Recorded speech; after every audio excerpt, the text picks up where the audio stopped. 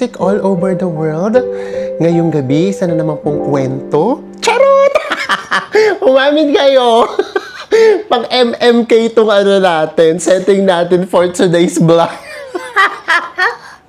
Simula pa lang, binardagol na kaagad kayo, no? So, yes! Hello, Team Chantik all over the world! In this episode, syempre paminsan-minsan, di ba, lagi tayong may heart-to-heart.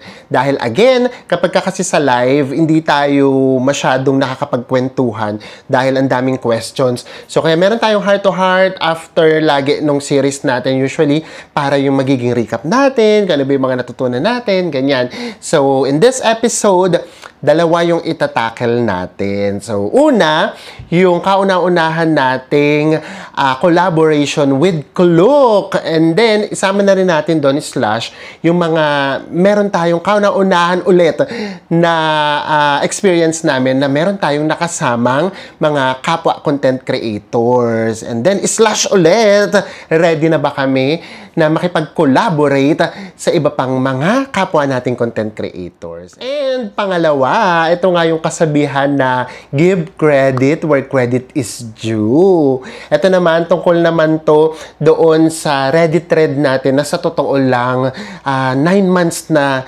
siya. And then, ngayon lang tayo makakapagbigay ng pasasalamat din. And ngayon lang natin siya talaga gagawing topic. Why not? Pagkapirahan natin ng mga Redditors dyan. Yay! Thank you, Redditors! So, simulan natin doon sa first time natin nagkaroon ng collaboration with Klook. The truth is, wala talaga sa isip namin ever since na magkakaroon ng collaboration with Klook. Naalala nyo yan, lagi nyo sinasabi na sana kayo din, bakit wala kayo doon, deserve nyo yan, ganyan.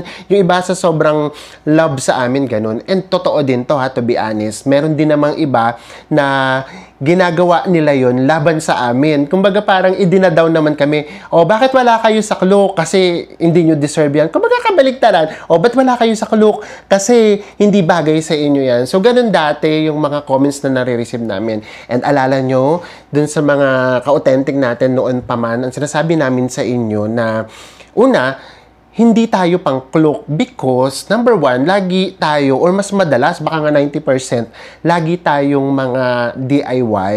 So, paano natin maibibenta yung Klook? Pangalawa, hindi tayo gumagawa ng content na Klook na Klook. Alam niyo yon, yung for example, may isang activity, tapos gagawa namin ng short, and then sasabihin namin na this is our promo code, nabook namin siya sa Klook, blah, blah, blah. So, alam niyo yan, hindi naman namin siya ginagawa. So, bakit nila kami kukunin kung hindi naman namin sila masyadong napopromote? And then, pangatlo, sinabi namin sa inyo, just be patient. Kasi, sa totoo lang, ang liit pa natin. That time, nung nag-iingay kayo na dapat kami din, nasa 25K pa lang ata tayo noon. So, sino naman papansin sa atin nung ganun, di ba? Ano itong mga ungkata ng past? Naalala nyo ulit, nagkaroon ng parang awards night, ganyan. Ang sabi nyo, nalulungkot kayo kasi hindi kami pumunta. Na, ang totoo naman, invited din naman tayo. So, sinabi nyo na, sana kahit hindi kayo nominated, pumunta kayo kasi magiging happy kami. At least makita namin kayo doon. So, yun yung naisip namin na Enzo na, oo nga, no, what if one time man lang sana mapagbigyan tayo para mapahappy natin sila. And then, bulaga! Ganyan talaga si Lord. Ito na, nabigyan na tayo ng pagkakataon. So, ginawa namin unang-una yung collaboration na yun. Ang unang-una kagad talaga namin naisip yung mapahappy kayo. Noon-noon pa, yun ay naiisip namin. So, ayan. So, sana naging happy kayo sa naging collaboration natin with Klook. Na actually, USJ yun, and then through Klook. Hindi to direct na USJ, ha? Malinaw na malinaw namin yung sinasabi. Fortunately, hindi kami kilala ng USJ again. So, hindi ito yung ganon. Hindi kami kinontak ng USJ, ganyan. So, parang collaboration yun ng USJ at saka ng Klook, and then isa tayo sa mga napili ng Klook. So, how's the experience ba? So, simulan natin. Siyempre, nung una, naisip namin ni Enzo na, ano lang siguro to. Kaya-kaya namin to kasi ano lang to. Pagka naman sinabing USJ, happy-happy lang to, fun. Ganyan. And nagawa na natin siya before. And nagawa natin siya, nababasa namin yung mga comments ninyo that time, yung unang USJ natin. Naka-Super Mario kami ni Enzo, tsaka Luigi. Ang ganda naman yung naging reviews nyo, or mga naging comments ninyo, na-enjoy nyo, ganyan. So, naisip namin ni Enzo, ay, sisiw to. Kasi, papakita lang natin nag-enjoy tayo. And then, naka-oo na tayo lahat. Tapos, nakabook na tayo ng hotel, nakabook na tayo ng ticket. And, yun na. Tsaka pala, nasabi na meron pala siyang mga guidelines. So, doon kami naloka. So, syempre, sponsored to, meron pala tayong mga dapat sundin na bawal yung ganito, bawal yung ganyan. Sabihin ba natin, bes? Ano ba yan? Pwede ba namin ito sabihin? Baka mapahamak ka, be? Ay, ayun na. Baka naman kasi hindi na rin naman maulit. Charot! Hindi, for example, yung simple na lang, hindi pala pwedeng ipakita ng maraming tao, ganyan. Eh, nung binablog kasi natin yung USJ before, sinasabi namin na, oh my God, ang daming tao, ang saya-saya, nakikipag-unahan ka, nakikipag-unahan ka sa pila, tatakbo ka, ganyan. And then, bawal pala siya doon. Tapos, ang daming bawal na ipakita, hindi pwedeng ganito, hindi pwedeng ganyan. So, doon namin naisip, oh my God, anong ipapakita namin kung lahat yun bawal? So, buti na lang, sobrang bait din naman nung mga tigakluk, sa totoo lang din. Instead na yung ipasa natin na for review, kasi kailangan siyang i-review eh. Instead na yung long video na pang YouTube, ang kinuha na lang sa atin yung parang reels. Kaya nagulat kayo na meron tayo, sabi nyo bago. So, dalawang sponsored videos kasi yun. So, yung Have Fun in Kansai, and then, yung Universal Studios. Kasi, ang hirap maging normal ng isang vlog kapag marami kang guidelines na sinusunod. Unlike yung tayo kasi, mas more on ano lang talaga tayo eh. Kung ano yung nakita namin, yun yung sasabihin namin. Kung ano yung na-feel namin, yun yung sasabihin namin. Kung ano yung natikman namin, yun yung sasabihin namin. So, ganun talaga tayo yung vlog natin. So, yeah, gusto natin yung video natin, mapanindigan natin na as authentic as possible talaga. Ang tanong now, kung uulit pa ba ulit kami or tatanggap ba ulit kami ng collaboration after ng mga nag-experience namin, eh, ito lang muna ang sagutin natin. Kukunin ba ulit tayo? Huwag naman tayo magpapakaka pa naman pesla ko, no? So, the answer this time, baka dapat alam na namin muna yung guidelines, alam na namin yung gagawin. Kasi guys, sa totoo lang naman, nakakakuha naman tayo ng collaboration with, halimbawa, restaurants and then hotels. Meron din naman. Pero kasi kapag sa hotels kasi na collaboration, ang sasabihin lang sa amin, just enjoy your stay. Yun lang. So, kumbaga, ang magiging dating, bahala kayo, experience nyo lang siya, and then, i-vlog nyo. Ganun yung nangyayari. So, sige, alimbawa na lang, mas madalas naman kasi napapanood nyo, Boracay, di ba? So, sa Boracay, nakakatanggap tayo ng paila-ilang collaboration dyan. And, at the end of the day, sinasabi namin sa inyo yung totoo. Maganda yung hotel, pero nandito siya sa ganitong lugar. Maganda yung hotel, ang ganda ng experience namin, pero sana buffet yung breakfast. So, ganun kaming honest sa inyo. Kasi, the fact na inoferan tayo, ang iniisip kasi namin, pakakilala nila kami kung paano kami mag-vlog. So, ibig sabihin, the fact na inoffer nila sa atin yung collaboration, alam nila na, ay, ganito yan, what you see is what you get. Ayaw ng go with Mel ng merong script. So, kaya iniisip namin, kung ano yung sasabihin namin, for sure, may intindihan nila kasi yun talaga yung naging naging experience natin. Kaya nga pakiramdam ko, kung merong nanonood ng mga vlogs natin, baka maliit yung chances na makakuha tayo ng collaboration or ng sponsorship kasi masyado nga tayong totoo. And before pa, kung uungkatin nyo lahat, ang dami na nating na review na hindi maganda. So, di ba? So, paano tayo nila ngayon kukunin pag nakita nila yung una nating mga review. But anyways, yun lang siya. So, kung uulit pa ba kami, kung merong pagkakataon, yes, basta dapat ngayon mas malinaw na yung guidelines, and then dapat talaga ma-enjoy natin. And hindi talaga dapat mawawala yung authenticity and then yung honesty ng ating content. Now, eto naman yun. Aside sa, syempre, di ba, nakaka-happy kayo na libre lang. Libre talaga yung lahat. Napaka-generous ng USJ at saka ng Klook. As in, libre talaga lahat. So, syempre yun, nakaka-happy yun. And then, yung ginawa pa nga natin, sa totoo lang, gustong-gusto naman namin yun, yung theme park, yung USJ. Alam nyo, isa sa pinakamagandang blessing na nakuha namin that time, yung nagkaroon tayo ng kahit papaano makakahalubilo na kapwa natin content creators na first time yun nangyari sa atin. Kasi nga, di ba, parang ilag kami sa ganyan. So, sino ba yung mga nakakollaborate natin? Siguro naman by this time alam nyo na yung The Sensons, ganyan. And then, of course, yung Exploration, si Mark, na tinatawag kong Kuya Mark. Yung pala, mas matanda ako. Nung tanong-tanong kami ng mga age, ako pala yung pinakamatanda. Nakakaloka. So, ayan. Actually, nakasama din namin dun si Run Gataway. Pero hindi kami nabigyan ng pagkakataon na medyo magchika. Unlike si Mark, Kuya Mark na naman to, si Mark ng Exploration at saka yung The Sensons. Talagang parang mga 6 hours yata kami nung magkakasama. Habang gumagawa ng content, hindi nyo lang siya nakikita kasi hindi kami magkakasama sa vlog. Pero kumbaga pag sabi ng cut, magkakasama uli kami, pumupunta kami sa isang area. And then, yun, bukod sa sobrang ang babae talaga nila. Hindi namin expect. Nung nalaman namin na yung pa pala yung una, akala namin kaming dalawa lang na Enzo. Kaya, go tayo kasi wala tayong kasama. Kasi parang pakiramdam namin, hindi pa talaga namin kaya. And then, nagulat ako, bigla na lang gumawa ng GC. Tapos nakita ko yung nasa GC, The Sensons, at saka nga si Exploration. At that time, wala naman ako masyadong idea kay Exploration. Although, yung The Sensons naman, napapanood na natin yan. So, ayan. So, nagpipray kami ni Enzo na, ano ba yan? Magja-jive kaya kami? Ano kaya? Okay kaya sila? Kasi malalaking channel na sila eh. So, nakakahiya. Parang nahihiya kami. Alam nyo, nung nagkita-kita kami nung moment na yun, parang ang tagal na namin magkakakilala. So, yun. Sobrang na-enjoy namin. And para kaming nanonood ng yung, di ba yung The Sensons kasi pinapanood lang namin siya sa mga reels, ganyan. Tapos ngayon nakikita na namin ginagawa nila. Parang bilib na bilib kami ni Enzo. Parang hindi kami masyadong nakagawa ng content.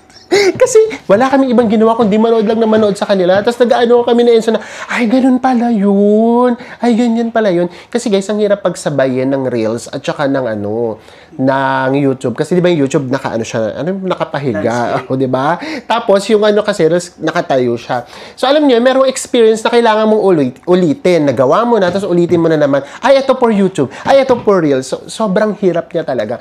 And kapag tinitignan namin yung dalawa, parang ang effortless. Ang galing talaga. So, yun. So, doon kami nagsimula ni Enzo na, sige nga, aralin nga natin ng very light yung Reels. Tapos, alam nyo, napaka-generous. Tinuturuan kami, ganito yan, ganito yan. Tapos, ganun din si Mark, ganito yan.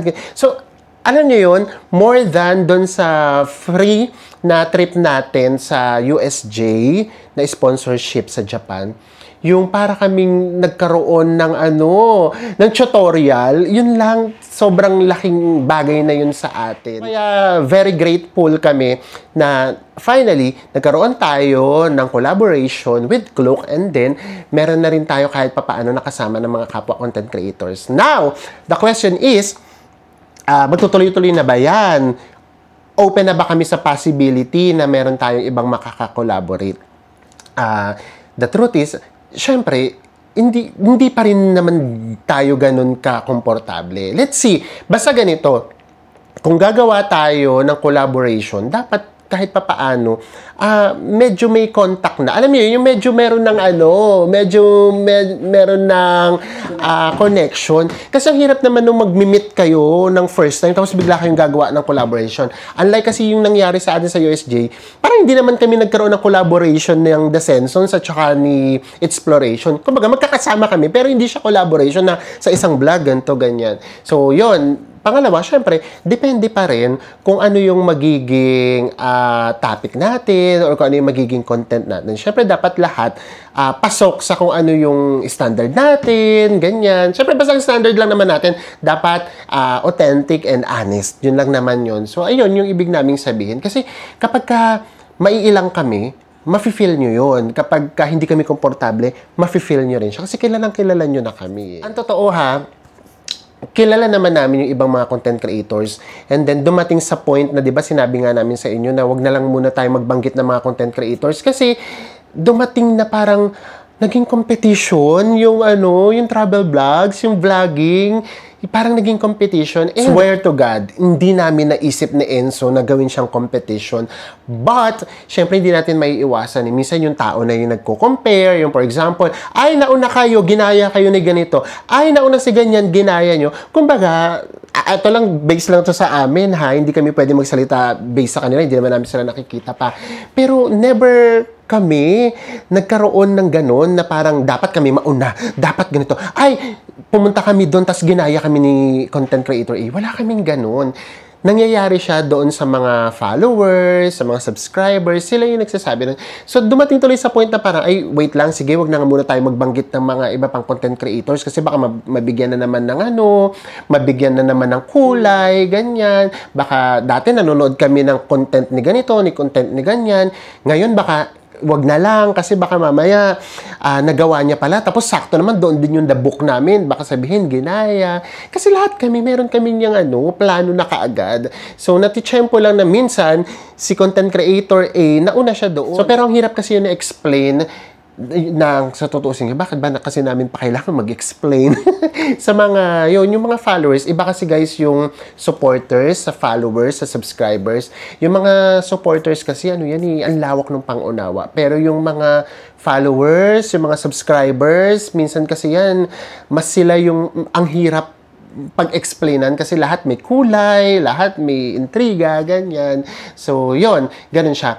Pero lahat yun kilala namin ha, just to be fair ha, kilala namin si Ivan, kilala namin si Marvin, kilala namin si JM, sino pa ba yung mga kilala natin? Actually, yung kasi yung mga napapanood, kilala namin si, yung lagi nila sasabihin kamukha ko, si Gala ni Sed, si Dave, Gino, kilala namin yung mga yan. So, simula namin silang nakilala nung nagkaroon nga ng Klook, yung nag-a-announce dati ng Top 100. Alala nyo yun? Tapos kami kasi, di ba, that time, late kami nakapasok sa Klook. Tapos late na namin, ay, may Top 100 pala.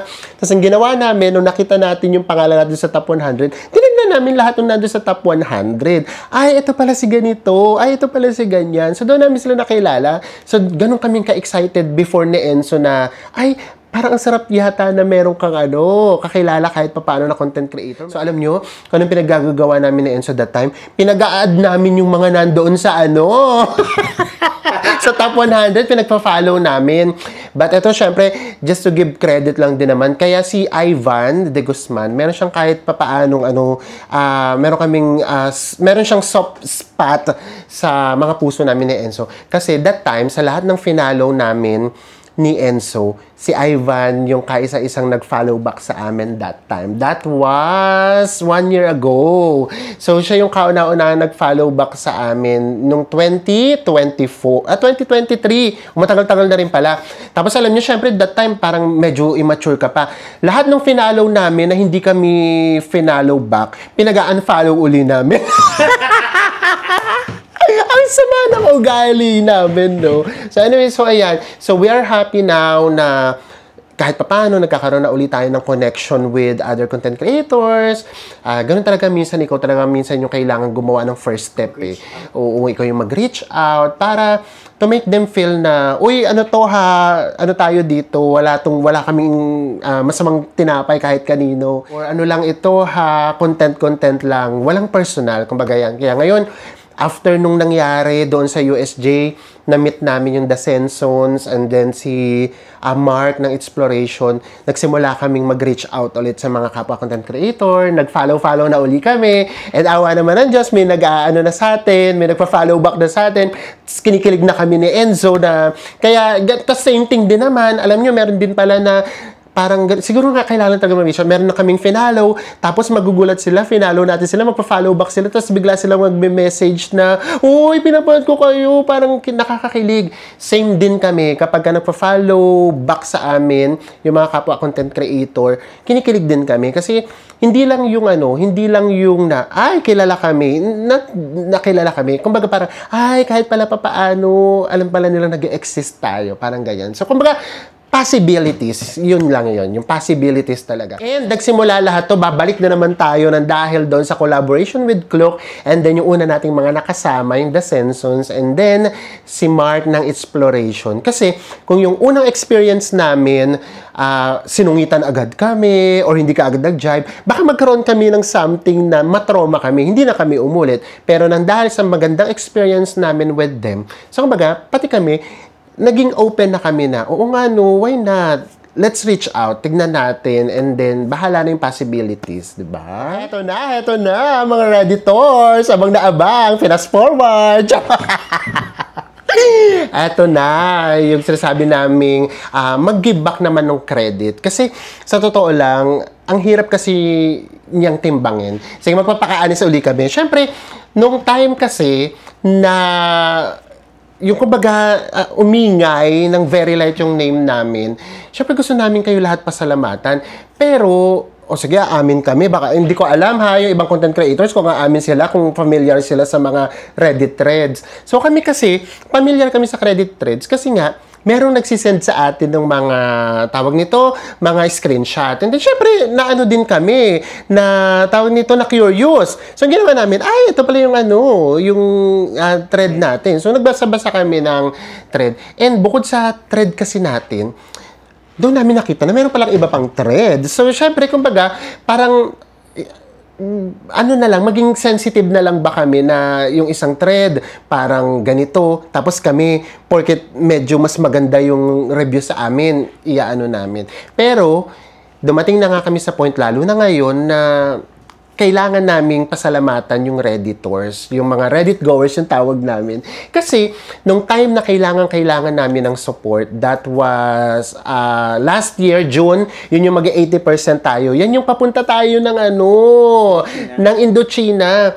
That time yung hindi na sa amin yung business, binitawan na namin. As in talagang, eto na, gumawa na tayo dito. Yan yung time na kailangan namin ng support. And then, bigla namang nagkaroon ng ingay sa amin sa Reddit. Kumbaga, ayan yung nag-boost ng namin, ng confidence na, ay, nasa right track tayo. Kasi kung kailan magsisimula tayong mag-full-time, tsaka naman tayo umingay. So, kumbaga, kayo nag-win beneath our wings that time. So, kaya happy kami. And then, yun, kailangan talaga namin na magpasalamat sa inyo. Never namin tong ginawa. Yeah, nagpapasalamat lang kami. Or minsan yung mga nagsisend sa atin ng mga screenshot, kami nagsasabi na, uy, pasabi na lang sa kanila, pasuyo, na nagpapasalamat kami. Yeah, so yun. So, ang nangyari kasi that time, nagbasa kami ng mga thread, and then tumigil din kami nung medyo magulo na. Yung lumabas pa na nagbabayad na kami. Very wrong, Diyos ko. Tipid na tipid nga tayo sa natin, travel natin. So, gumabayad kami ng trolls. So, ayan, nung sabi ko, ay, medyo malala na pala siya. So, never na uli kami nagbasa. And then ngayon, kailangan uli namin magbasa because kailangan naming magbigay nga ng credit. And then, nakita namin, wala na pala yung old thread na binabasa namin. Wala na pala yung unang-unang yung thread namin. Pero nagulat ako na merong 2 thread pa pala. Pero yung isa, yung pinaka-latest, may 3 reviews. Why not? Kahit 3 yan, di ba? So, ito yon. So, basa lang tayo dito ng kaunti. Ilalagay namin yung screenshot dito sa kanan, and then hindi na namin babasahin yung mismong yung mismong comment. Kumbaga kukuha na lang kami ng pinaka key points. Key point, ano ba tawag doon? Key points. O basta yung pinaka gusto namin i-elaborate, parang ganyan. So, baka mamaya sabihin, meron ba dyang negative? Meron namang mga negative comments. Kumbaga, wag na lang natin basahin yung mga negative comments, pero i-address na lang natin in contrast dito sa positive. So, para balance pa rin. Simulan natin dito. Ito talaga, grabe to. Touch na touch talaga ako dito. Kasi kumbaga, parang sinasabi niya dito na pwede kaming i-bash sa maraming bagay. Yung corny, jologs, ganyan, na parang lahat pwedeng ipintas sa amin. Pero hindi yung pagiging fake, yung pagiging boastful, na inano namin na Enzo. Yung pagiging mayabang, matapobre.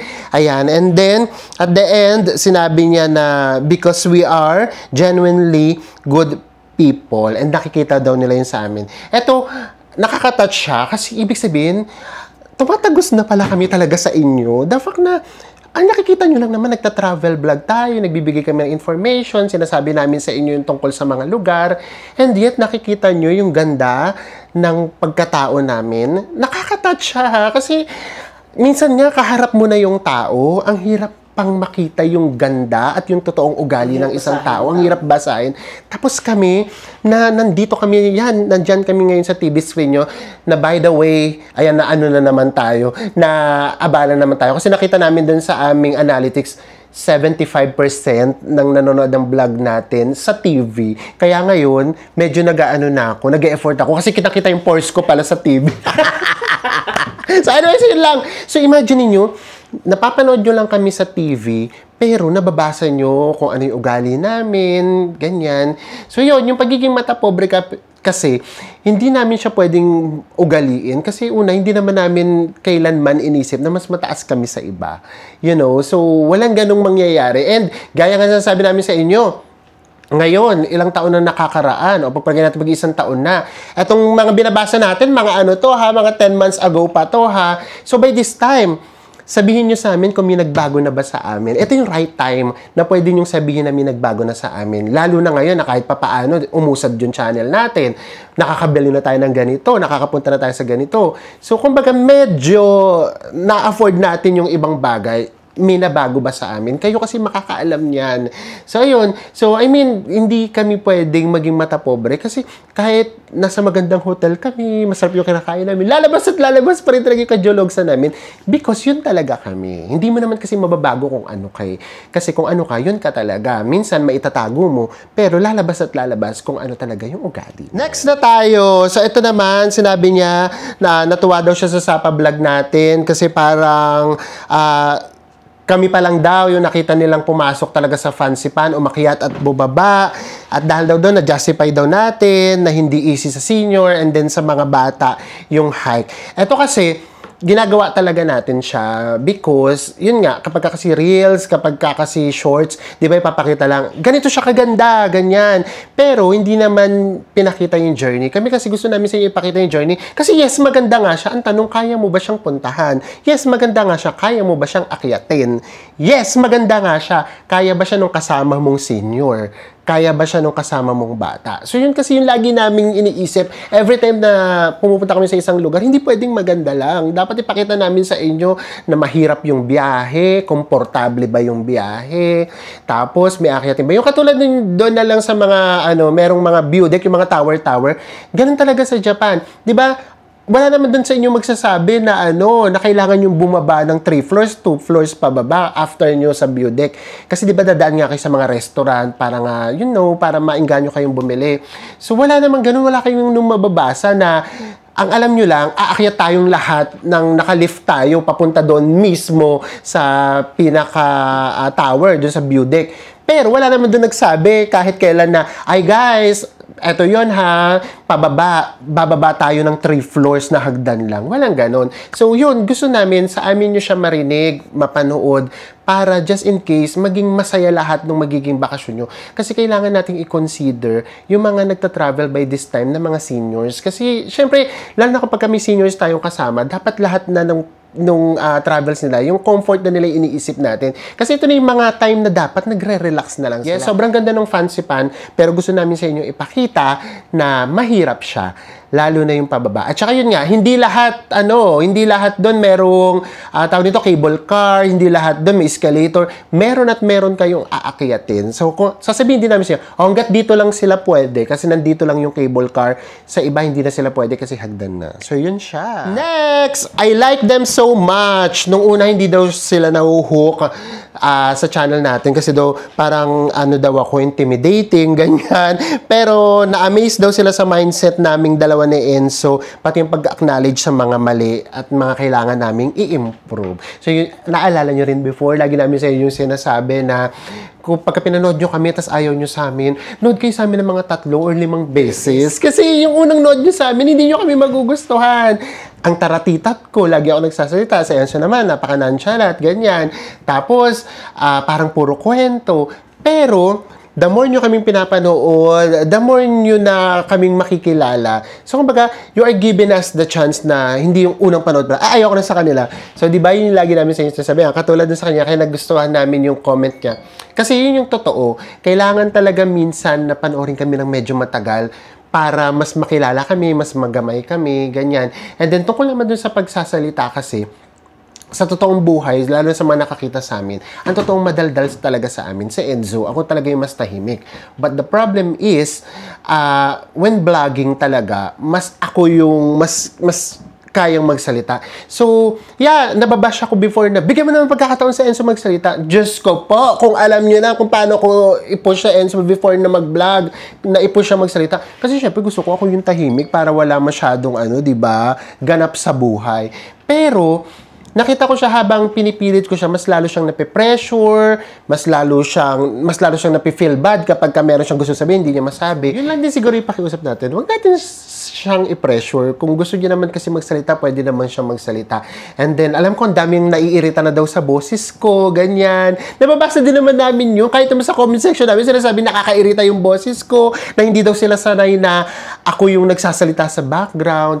So, iniisip ko na lang kasi, kung hindi kasi ako magsasalita at hindi ko sa inyo i-describe yung isang bagay, paano nyo ba kayo makakakonect? Gusto nyo ba yung parang lang, yung for example, chu-chu-chu-chu-chu-chu-chu, pak, music video. Gusto nyo ba yung ganon? Kasi kung gusto nyo nung ganong vlog, mas madali yun sa amin. Lalo na sa akin kasi hindi ko kailangan magsalita.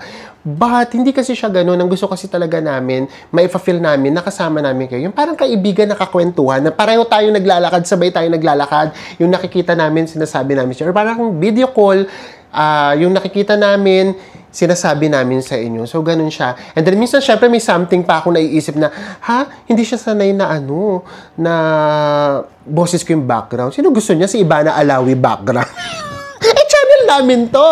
So, sino gusto niya nasa background ng boses ko? So, naisip ko na lang kapag ganyan, baka kasi talaga, ayaw niya talaga sa amin or ayaw niya talaga sa akin. Kasi kung gusto niya ako or gusto niya yung content namin, di ba, talagang manonood ka. So, ganun talaga. Meron talaga tayong iba't ibang klase or yung kumbaga cup of tea. Pwedeng yung iba gusto yung ganun kong way, yung iba hindi. So, ang isipin nyo na lang, kapag hindi nyo gusto yung way ko, baka kasi hindi ito yung type nyo na travel, hindi rin ako yung type nyo na tao na gusto nyo kasama sa travel, ganun siya. And then, yung mga gusto naman sa channel namin, baka kasi ganito yung type nilang travel, and then ganito yung type na tao na gusto nilang kasama. So, ganun lang naman yun. Isa pa, kung maaalala ninyo, nagtatanggal kami ng mga something pagkapakiramdam namin na nakaka-offend kami. For example, simple na lang ganito kami nakikinig sa inyo. Basta ganito, nakikinig kami sa lahat ng suggestions na ikagaganda ng content natin. Basta, hindi mawawala yung authenticity natin, hindi mawawala yung honesty natin, at hindi mababago yung takbo ng storytelling natin. Yung mga maliliit na details na alam kong naiirita kayo, pag sinabi yung naiirita kayo, kaya namin yung tanggalin kung hindi naman siya makakatulong sa vlog. For example, ganito, pagka nag-room tour tayo dati, syempre papakita namin sa inyo yung toilet. Pag pinapakita namin yung toilet, kung naaalala nyo before, binubuksan ko siya nung kamay ko. So, syempre, ang daming sensitive pala sa ganun na, ay, wag mong hawakan, dapat hindi mo kamay, ganyan, ganyan, ganyan. So, eto naman si Akla. Susumunod naman ako. The next room tour namin, pinaako naman. Binuksan ko siya nung paako. May nagalit na naman sa akin, parang hygienic daw na pinaako.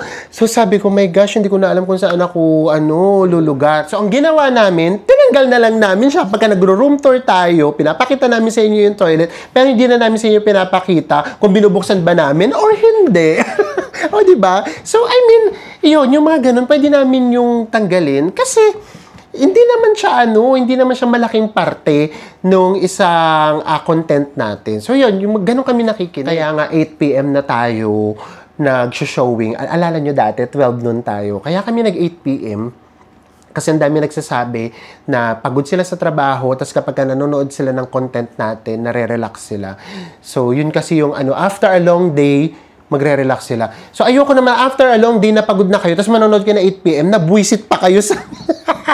Diba? So, kaya yung ginagawa namin. So, kung kaya naman namin mag-adjust para happy lahat, why not? Pero at the end of the day, alam naman nating lahat na hindi naman lahat magugustuhan ka. Hindi naman lahat magiging happy sa sasabihin mo at sa gagawin mo. So, alam na alam namin yan. Kaya wala yung magiging problema. Next na tayo. Hindi po kami nagbubura ng comment unless below the belt. Yes, hindi talaga kami nagbubura. Yun nga lang, basta wag lang yung sobrang nakakasakit. Not na for us. Kasi syempre, kapag kami sinabi kayo sa aming masakit o hindi masyadong maganda or hindi talaga maganda, meron na kasi tayong supporters. So, baka kasi sila yung pumatol, sila yung magtanggol sa amin. Ayaw namin na yung mga supporters namin, yung totoong nagmamahal sa amin, yung maglalaan ng oras para sagutin or ipagtanggol pa kami. Kasi hindi nila deserve yun. Kasi kami yung nandito sa YouTube, kami kahit papaano, kumikita tayo dito sa YouTube, sila hindi. As in, 100% love and support yung pinapakita ng suporta sa amin. So yun, ayaw namin na matitrigger sila. That's why kapag sobrang foul talaga, inaano talaga namin. Or yung makapanlait, yung for example, yung ganyang klase ng travel, ano yan, mga pang ano yan, mga parang mga pang dugyot, mga pang ano talaga, may hirap, ganyan. Hindi kami nasasaktan for ourselves kasi kilala namin yung sarili namin. Pero paano kung meron palang mga nanonood na nakaka-relate sa way namin ng travel, tapos mabasa nila yon? Siyempre baka isipin nila, ay, ganito pala yung tingin nila sa pag-travel. Dugyot pala ako. Ganito pala. So, ganun siya. Basta gusto namin yung vlog natin, maging siya, happy feel. Gusto natin maging feels good lang. Ganyan. So, lahat na magiging negative, ayaw talaga namin yan. Ito pa, my all-time favorite travel vlogger. Kahit nung konti pa lang sila, para silang kaibigan na nasa kanto lang nakausap mo. Exactly. Yun po talaga siya. Yun po yung gusto namin. Yung ganito, yung para lang tayo nagkukwentuhan. And then, of course, maraming salamat din kasi siya, supporter na daw natin siya nung konti pa lang tayo. Yung mga noon pa na supporter natin, ayan yung sobrang na-appreciate natin hanggang ngayon. Magkakasama pa rin tayo. I can feel Mel's sincerity talaga. And alam mo na both are grateful to their viewers. Nagpapasalamat sa Redditors and dinidiscuss at ina-address yung mga negative reviews. So, ayan na yun. Ito na yung ginagawa natin. Yes, alam nyo, ito totoo to ha. Wala namang kasing perfect sa mundo. Wala namang perfect na tao. So, hindi pwede na parang ang tingin namin sa sarili namin, lagi kaming tama. Hindi pwede ang tingin namin sa sarili namin, lagi kaming magaling. That's why, importante din na merong nagre-review sa atin, merong nagko-comment sa atin. So, kapag kayong comment, ina-assist namin yung mabuti. Itong comment na to, nang babash lang to, pitikin natin to dito. Itong comment na to, gusto niya talaga mag-improve tayo, ilagay natin siya dito kasi marami tayo rito matututunan. Itong comment na to, concern yan sa atin. Ilagay natin sila dito sa puso natin. Alam nyo, meron kasing comment na kahit mali kami, nararamdaman namin yung pagmamahal. For example, yung mag-PPM, ay Mel, Enzo, huwag kayong ma-offend, ganito kasi yan. Yung, alam nyo yun, meron kasing meron kasing tawag nito, nagko-correct na pinagmumukha kang bobo. Sorry sa word, pinagmumukha kang tanga. O for example, ngayon na lang, eto na naman, babalik na naman tayo sa microphone. Actually, yung mga ganito lang naman, yung mga nang babash lang naman, yung mga bago pa lang, yung mga matatagal na, for sure, alam nyo na yan. For example nga, itong microphone, lagi nilang sinasabi na nakaka-distract, hindi mo alam kung paano gamitin yung microphone. Diyos ko, Lord, alam naman po namin kung saan dapat ilagay yung microphone. Alam po namin na dapat nakapin siya dito. Pero you have to understand na kapag nasa labas po tayo, kailangan namin siyang hawakan. You know why? Una, maingay kasi sa labas. For example, yung tunog ng hangin, tunog ng mga jeep, tunog ng mga sasakyan. Kapag ka nandito po yan, maririnig nyo rin yung mga sasakyan, mga jeep, ganyan. Plus, kapag mga nasa restaurant po tayo, hindi po malakas ang boses namin pag nagba-vlog. Ganito po siya. Tapos, ito yung boses namin. Imagine niyo kung ganito yung boses namin pag nagba-vlog sa restaurant. Ganito. So, imagine niyo kung nandito siya. Diba? Mas mahina niyo siyang maririnig. Kaya namin siya ginaganyan kasi ayaw naming makaabala sa mga nakapaligid. So, yun po yun. So, ayan na. Para lang din malinaw. Kasi, yun nga, meron kasing mga nagko-comment na na kinukorek ka. Not because concerned sila. Yung kinukorek ka nila kasi gusto ko nilang pagmukaing tanga. So, gano'n siya. So, by this time, kami po yung nag-edit ng video namin. Alam po namin kung maganda yung quality nung boses. Alam po namin kung hindi. So, ayan, katulad nito, nasa loob naman tayo. No need naman actually nga mag-microphone. But the problem is, medyo maingay kasi yung aircon. Kaya, tayo para hindi nyo marinig. So, ayan, nandito lang siya. Kasi, wala namang ibang ingay. So, yun lang siya. Basta yung mga ganyang comment, okay sa amin yan. And yung mga concern sa amin, sobrang na-appreciate namin, nararamdaman namin yun. Ito, pag isa-isahin na lang natin itong mga comments na to ha. Kasi parang ang bottom line lang naman dito talaga, yung pagiging practical. I love that word! We love that word. Alam nyo, iba kasi talaga yung sobrang nagtitipid. Iba naman yung practical. For example, iba naman kasi yung ayaw mong kumain kasi nagtitipid ka. At iba naman yung ayaw mong kumain nun kasi nagpapaka-practical ka.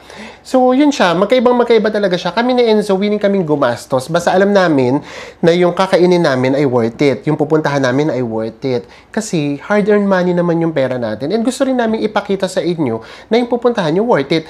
So, ayaw naman namin na porkit kami, may panggastos kami, gagastusin namin. Tapos ipapakita namin sa inyo. Paano kung yung ibang mga nanonood sa atin, kaka-graduate pa lang, nagsisimula pa lang mag-travel, nag-iipon pa lang, ganyan.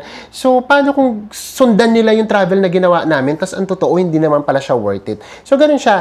Hindi kami nagtitipid for the sake of wag gumastos, pero mas more on practical kami. Yung mga binibili naming gadgets, lahat yan meron siyang reason kung bakit namin siya binibili. Kasi ang ayoko talaga, yung bibili ako ng bagay, tapos makikita ko lang siyang naka-display. Yun. So, ayoko siya ng ganoon. Gusto ko, kapag binili mo siyang bagay, nagagamit mo talaga siya. Or investment man lang siya at least. Last na tayo. Ito kasi, sobrang bago to. Meron dito 2 days ago lang, ganyan. By this time So, ito yung bagong trend, yung tatlo. So, ito. I love them and they take time to read their comments and even reply. Yeah, nagbabasa talaga kami ng comment. Kasi syempre, kung kayo nga, yun yung lagi namin sa inyo sinasabi, binibigyan nyo ng 30 to 40 minutes na time nyo sa amin para manood. Tapos kami, hindi kami magbibigay ng time. So, kami, ganun yung ginagawa namin. Pag showing ng video natin, agad-agad yon, reply agad siya instant. Kasi kumbaga, nakaabang kami dun sa comment. And then before matulog, magko-comment, mag-aano uli kami, magre-reply. And then pagkagising kinabukasan. So ganito yan, baka lang kasi magtaka kayo. Meron kasi mga comments sa pagka sobrang tagal na ng video, hindi na siya mismo or minsan nagno-notify. So ganun talaga yung magiging problema. So kapag sobrang tagal na ng video, halimbawa 2 years ago pa, meron kasi mga nagko-comment 2 years ago pa, tapos hindi daw kami nagre-reply. Ang ginagawa nila, tama po yun. Mag-PM po kayo kasi sa PM sure na mababasa namin. Ito pa, very good travel channel, especially for budget travelers. And then, they also do not push yung discount codes nila. Actually, to be honest din naman, na-overwhelmed din naman kami nung una. Naalala nyo yun, yung sa Klook, yung sinabi namin, ipasok nyo na kami sa top 20. Siyempre, before overwhelmed kami, ay, ganito pala, pwede pala tayong makapag-travel, na nakikita tayo sa Klook, parang ganyan. Pero after nung napasok tayo sa top 20, and then syempre mas lumalalim na yung meaning nung pagta-travel natin, doon namin na-realize na, naku, wait lang, baka mamaya, ang sama natin, baka mamaya, sa kagustuhan nila tayo mapasok sa top 20, yung travel nila, 2 years from now pa, ibinook na nila ngayon para pumasok sa benta natin. So, sobra kami nung ni Enzo, na konsensya. Kasi meron nga doon, kasi guys, meron kaming analytics, meron kaming data. So nakikita namin, guys, meron kami nakikita, for example, nag-book ng worth 50,000. Tapos ang travel niya pa next year pa. So doon ko naisip na, my gosh, baka mamaya kaya siya nag-book ng maaga para lang pumasok sa amin yung benta, para magkaroon kami ng commission, plus para tumaas tayo sa ranking. So kaya sabi ko, naku, wag na. After nun, hindi na kami ulit masyadong nag-promote. And then, na lang talaga kami. Kumbaga, papakita namin ito, experience namin. Kung naging happy kayo sa amin, sa ginawa natin, maraming salamat kung gagamitin nyo yung Klook natin. Pero kung hindi rin naman, carry lang. Tapos gumagawa pa rin tayo. From time to time, siguro nakikita nyo naman, naririnig nyo, binook po namin siya online. So, meaning, ang ibig namin sabihin, hindi namin ini-specify minsan kasi baka kasi mas mura sa ganito, mas mura sa ganyan. That's why, ganun siya. So, ngayon na iba na talaga. Habang tumatagal kasi tayo na nagta-travel, habang mas nakikilala namin kayo, mas nagiging personal kasi siya. Ang dami na naming sinasaalang-alang. Kumbaga, parang ang isa sa pinaka-nahihiya na kaming gawin ngayon, yung parang pakiramdam nyo na binibentahan namin kayo. That's why hindi na kami nagpupush ng Klook codes. Kasi ayaw namin ma-feel nyo na, charot-charot! Papakita experience, tapos mamaya, pipilitan na kaming bumili. Ayan. So, pasensya na kayo, masyado bang mahaba? Oo. So, maraming salamat sa inyong lahat. Hindi na kami nagbabasa ng thread sa Reddit kasi para sa amin, kung gusto nyo talagang magpaabot ng inyong mensahe, good or bad, alam nyo naman kung ano yung YouTube channel natin, alam nyo naman yung social media natin. Kaya kung doon kayo magpapalaganap ng inyong mga comments sa amin, baka hindi na namin siya mababasa. Pero thank you pa din. Kasi kapag kami ibang nagbabasa, ang dami talaga, proven and tested na to, ang dami talaga nagsasabi na from from Reddit, nabasa namin doon yung yung thread nyo, yung good review sa inyo. Merong sa amin from Reddit, ano tawag doon? Nag-suggest, nag-recommend na panoorin kayo, kaya ako nandito. So yeah, malaking tulong sa amin yung Reddit thread. Kaya maraming salamat sa inyo, Redditors.